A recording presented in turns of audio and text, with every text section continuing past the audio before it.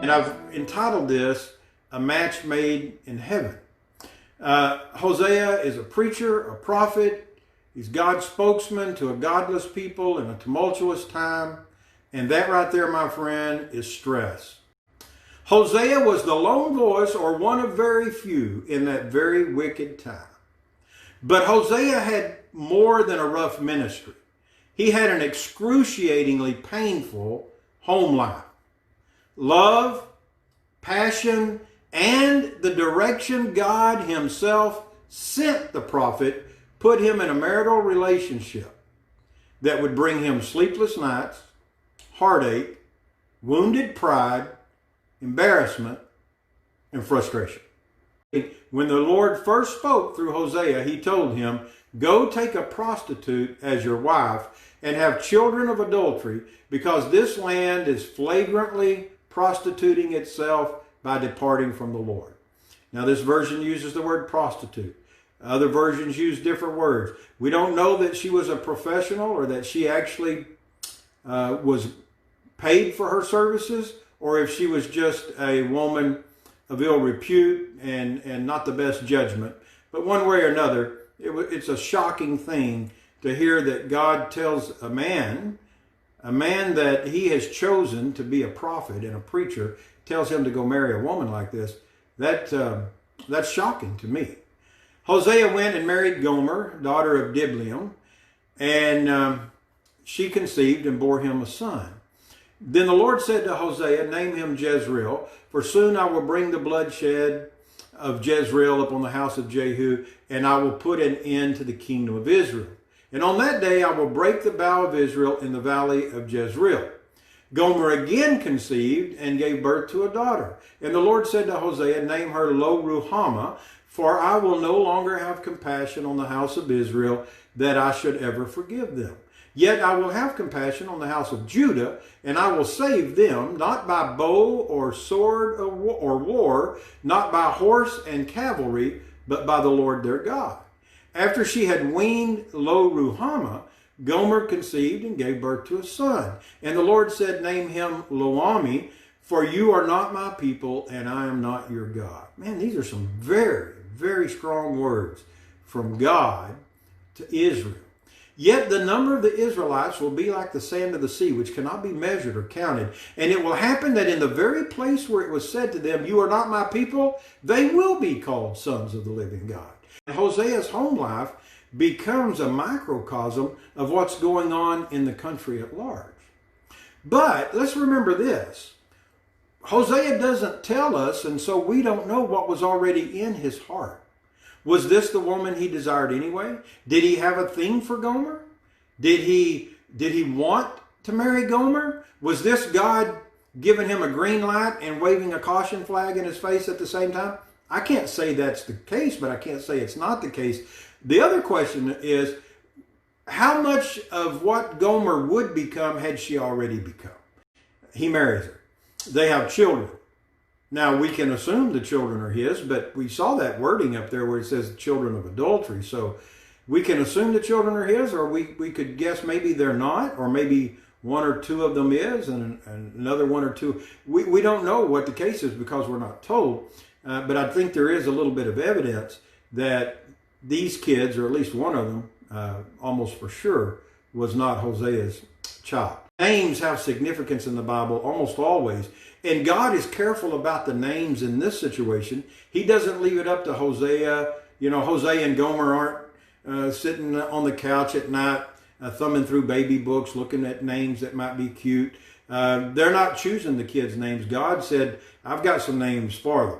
So realizing the importance of names, we could even take the name Gomer. The name Gomer means completion or fulfillment.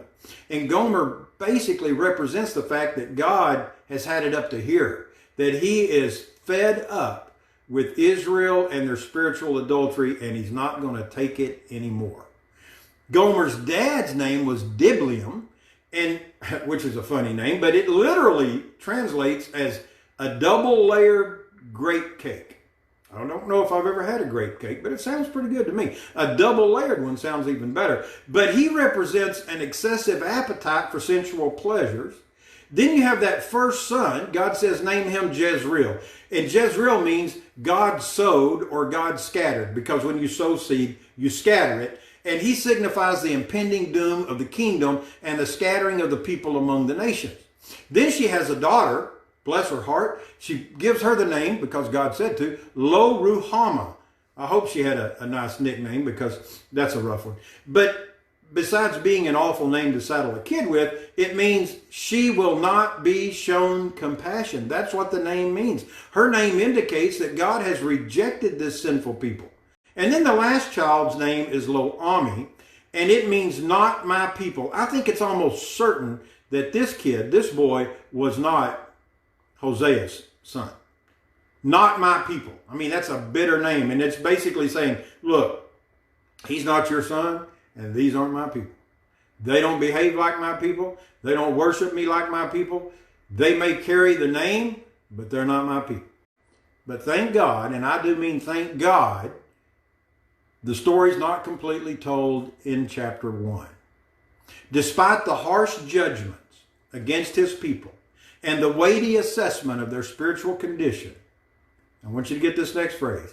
What begins in disgrace concludes in grace. To faithfully love the unfaithful is a hard calling. To faithfully love the unfaithful is a hard calling. Gomer was an unfaithful woman. We've established this. She possibly had at least one child out of wedlock. We've established that. She was a mess when Hosea married her, and she was messier after. I'm sure Hosea got to the point that he felt like he couldn't take it anymore. He must have gotten to the point, I think by chapter 3, he's to that breaking point where he's ready to throw in the towel, cut his losses, and mourn the fate of his marriage. But disgrace becomes grace when God steps in. You go to chapter 3 and the first 5 verses, and this is several years into their marriage. Then the Lord said to me, this is Hosea writing and speaking. Then the Lord said to me, go show love to your wife again. Though she is loved by another and is an adulteress, not cutting any, he's not dancing around the issue. You go love her. Love her as the Lord loves the Israelites, though they turn to other gods and offer raisin cakes to idols. It's funny the things we do that we think are going to get us out of raisin cakes to idols. So verse 2, this is him saying, I bought her for 15 shekels of silver and a homer and a lethek of barley. So, and then I said to her, you must live with me for many days. You must not be promiscuous or belong to another, and I will do the same for you. Then the Lord says, for the Israelites must live many days without king or prince, without sacrifice or sacred pillar, and without ephod or idol. Afterward, the people of Israel will return and seek the Lord their God and the God of David their king. They will come trembling to the Lord and to his goodness in the last days. Gomer had a problem. She had a sin problem. She had an addiction, a sexual addiction, a disorder. It affected her judgment, and it caused her pain, confusion, and loss. And I don't want us to dehumanize her because of her actions. Realize that behind these actions is a person, a cry for fulfillment that never comes. And that's how sin is. Sin promises fulfillment, but it always leaves you empty. It always leaves you coming back for more because it cannot deliver what it promises.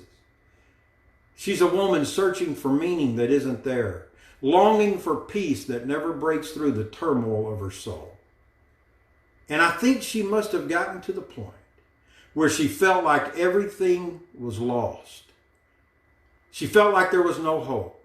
How she must have thought of herself as worthless, because I'm sure that's what she was told by society.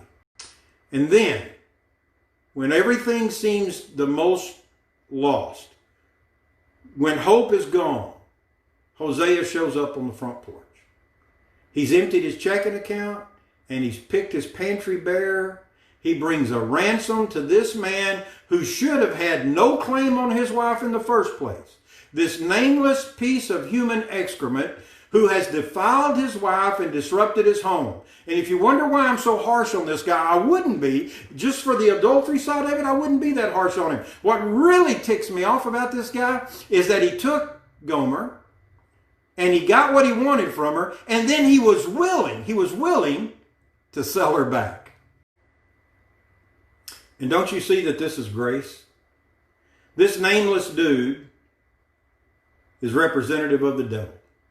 He offers you excitement, adventure, greener grass. Then he uses you up, shows you how lust can never be love, and how gratification will never equal peace.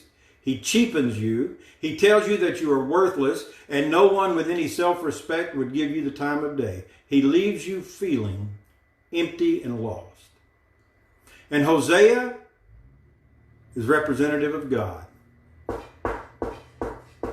When all is lost, when all hope is gone, when you're at the bottom with nowhere to turn, here's God. Revelation chapter 3 and verse 20. Behold, I stand at the door and knock. If any man will open the door, I'll come in. Doesn't matter what your house looks like.